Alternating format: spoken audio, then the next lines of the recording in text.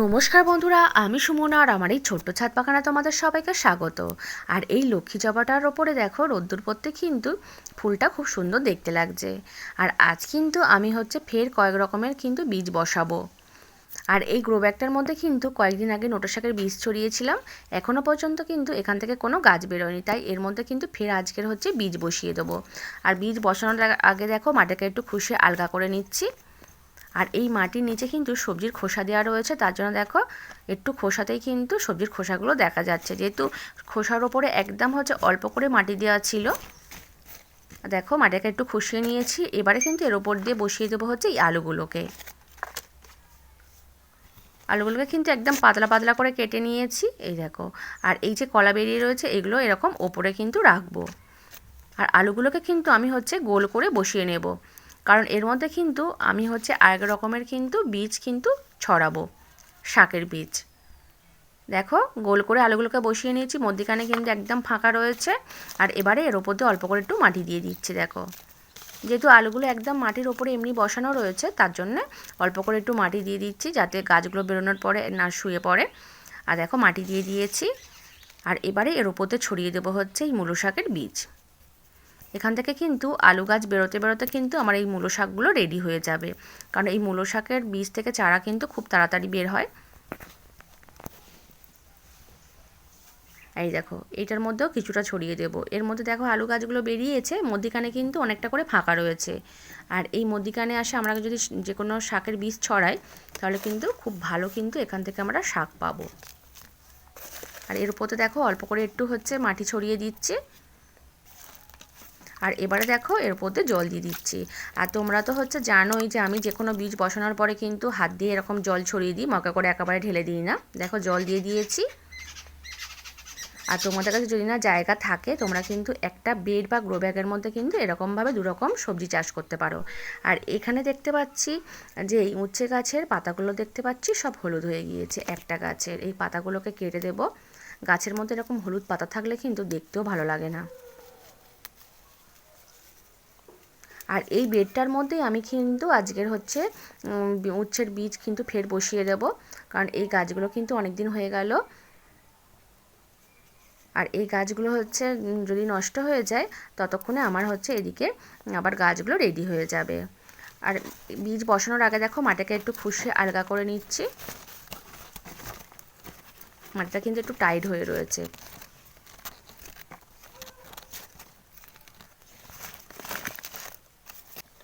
দেখো মাটিটাকে একটু খুশিয়ে আলগা করে নিয়ে এর ওপরে কিন্তু আমি অল্প করে গোবর সার দিয়ে দিচ্ছি।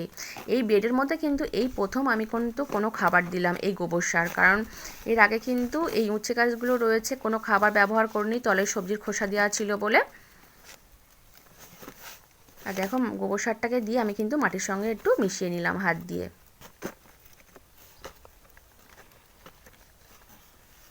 আর এবারে কিন্তু এর মধ্যে এই উচ্ছের বীজগুলোকে বসিয়ে দেব। এগুলো কিন্তু কোনো কেনা বীজ নয়, এগুলো বাজার থেকে যে উচ্ছে নিয়ে এসেছিলো, পেকে গিয়েছিল।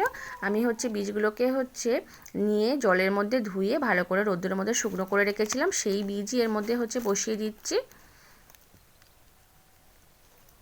দেখো একটা জায়গায় কিন্তু দুটো করে কিন্তু বীজ দিচ্ছে, কারণ যেহেতু এগুলো কেনা নয়, সবগুলো থেকে চারা কিন্তু নাও বেরোতে পারে। আর যদিও বা বেরোয়, তা আবার অন্য জায়গায় আবার তুলে বসালে হবে।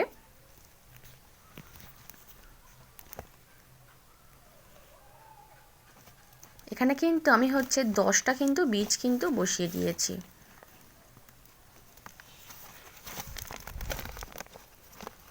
আর দিয়ে দেখো একটু বীজের ওপরে মাটিটাকে একটু ঢেকে দিলাম হালকা করে দিয়ে, আর দেখো জল দিয়ে দিচ্ছি।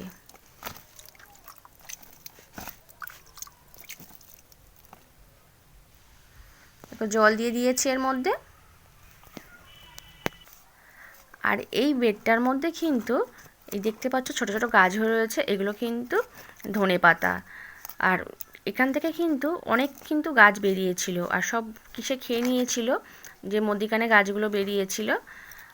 আর এই মধ্যিখানে যে ফাঁকা রয়েছে, ফের এর মধ্যে আমি কিছুটা কিন্তু ধনের বীজ ছড়িয়ে দেব, কারণ এই বেডটার মধ্যে কিন্তু দেখতে পাচ্ছ কয়েকটাই ধনেপাতা গাছ রয়েছে।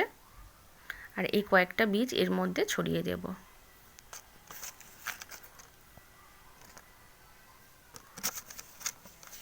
আর ধনের বীজ থেকে কিন্তু চারা বেরোতে অনেকটাই হচ্ছে সময়ও লাগে। দেখো দিয়ে দিয়েছি, দিয়ে একটু হচ্ছে এই মাটিগুলোকে একটু দেখো ঢেকে দিচ্ছি অল্প করে।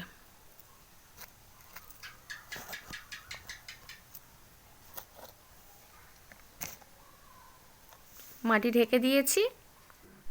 আর এদিকে দেখতে পাচ্ছি আমি যে কয়েকদিন আগে হচ্ছে মটর বসিয়েছিলাম, কয়েকটা হচ্ছে মটরের বীজ ছিল 5-6টা, সেখান থেকে কিন্তু কয়েকটা গাছ বেরিয়েছে। এই দেখো সবগুলো কিন্তু বেরোয়নি, 4টে গাছ কিন্তু দেখতে পাচ্ছি মোট বেরিয়েছে। আর এখানে এই কোণে একটা দিয়েছিলাম, এখান থেকে কিন্তু বেরোয়নি এখনো।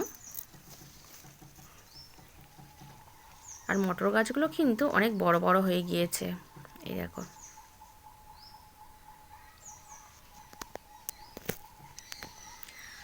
আর এই বালতিটার মধ্যে আমি দেখতে পাচ্ছ যে লঙ্কা গাছ, এইগুলোর কিন্তু মাথা হচ্ছে কিসে খেয়ে নিয়েছিল, ইঁদুর না কাঠবিড়ালি।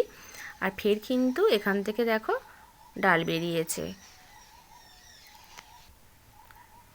আর ছোলা গাছগুলোও কিন্তু অনেক বড় বড় হয়ে গিয়েছে, কি সুন্দর দেখতেও লাগছে।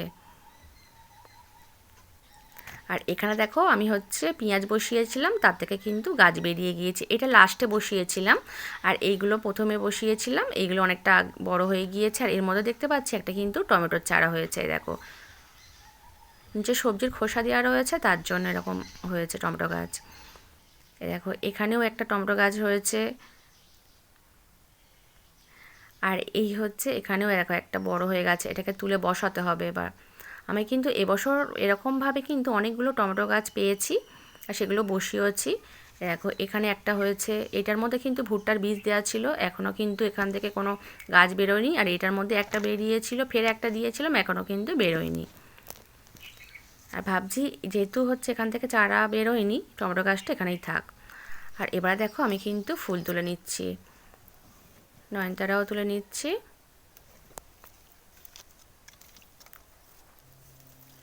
আর আজকের কিন্তু একটা অ্যালামুন্ডা ফুল ফুটেছে, সেটা তুলে নিয়েছি, অপরাজিতা ফুল তুলে নিয়েছি, আর নয়নতারা তুলে নিয়েছি। আর প্রথমেই যে লক্ষ্মী জবা ফুলটাকে হচ্ছে দেখালাম, সেই ফুলটাকেই দেখো তুলে নিচ্ছি। আর কালকের কিন্তু ফুটবে এইগুলো, 3টে কুঁড়ি রয়েছে দেখতে পাচ্ছি। দেখো এখানে হচ্ছে 2টো নয়নতারা রয়েছে, এই দুটোকেও তুলে নেব। আমার কিন্তু ফুল তোলা হয়ে গিয়েছে। আজ কিন্তু বন্ধুরা এই পর্যন্ত, টাটা বাই।